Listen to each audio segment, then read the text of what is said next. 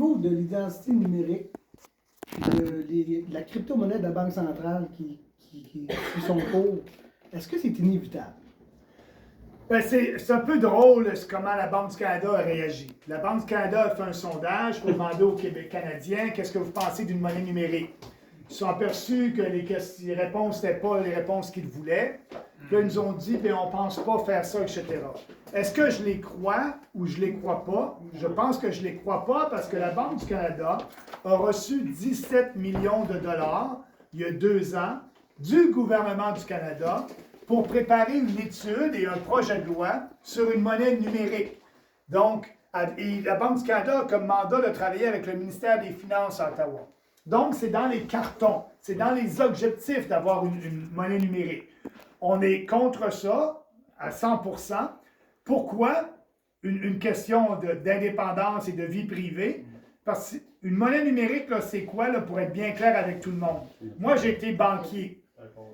J'ai été banquier. Donc, vous, là, je ne sais pas ce que vous avez fait aujourd'hui, mais je suis sûr que vous avez payé avec votre carte débit, votre carte de crédit, ou vous avez payé en cash. Je n'ai pas dépensé tout en argent. Bon, si c'est en argent, c'est bien correct. Mais regardez, ce soir, vous voulez aller voir votre compte en banque. Vous allez rentrer votre code secret, vous allez avoir votre compte en banque, vous allez voir sur votre carte de crédit toutes les transactions que vous avez faites tout de suite ce soir, ou sur votre, si vous avez payé en cash, sur votre compte courant, vous allez voir les dépenses que vous avez faites.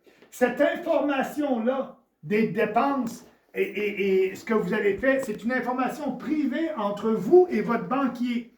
Votre banquier n'a pas le droit de vendre l'information, de dire « Madame Joe Blow, elle va à chaque vendredi soir chez, je sais pas moi, chez Maxi, et elle dépense. » Il n'y a pas le droit, c'est de l'information privée entre le banquier et vous.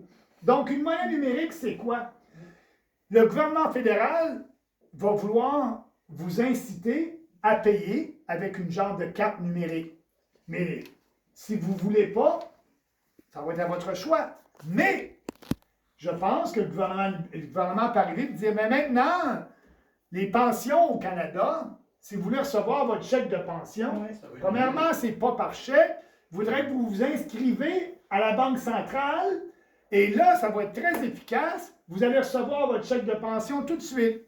Et donc, c'est comme ça qu'il va faire pour avoir l'appui de la population. Ou bien il va créer un nouveau programme, puis il va dire, bien, pour avoir droit à ce programme-là, il faut que vous vous inscrivez à la Banque centrale. Et là, qu'est-ce qui va arriver?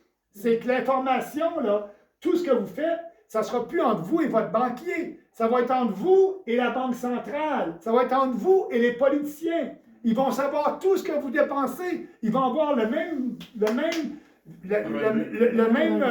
bilan que vous avez à chaque soir.